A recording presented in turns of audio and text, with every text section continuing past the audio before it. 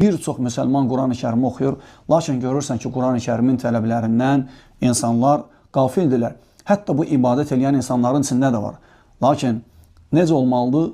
Quran-ı Kərimi Allah Teala endirib, onu yaşamaq üçün, içində olanları yaşamaq üçün. Bəzi insanlar ölüləri oxuyurlar Quran-ı Kərimi. Bu xətadır. Allah Teala Yasin surəsində baxsaz, 70 və 71-ci ayədə də Allah Teala deyir ki, Quran-ı Kərim diri olanları qorxuzasan deyə nazil eləmişik.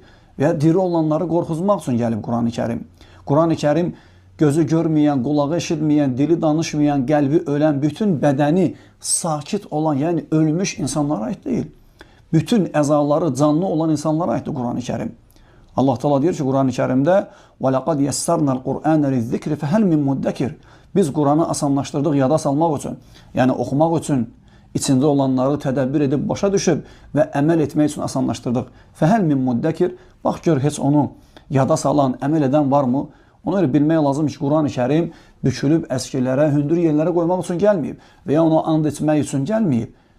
Kimisə onun altından keçirmək üçün gəlməyib. Quran-ı Kərim içində olanları yaşamaqdan və əməl etməkdən ötürü gəlib.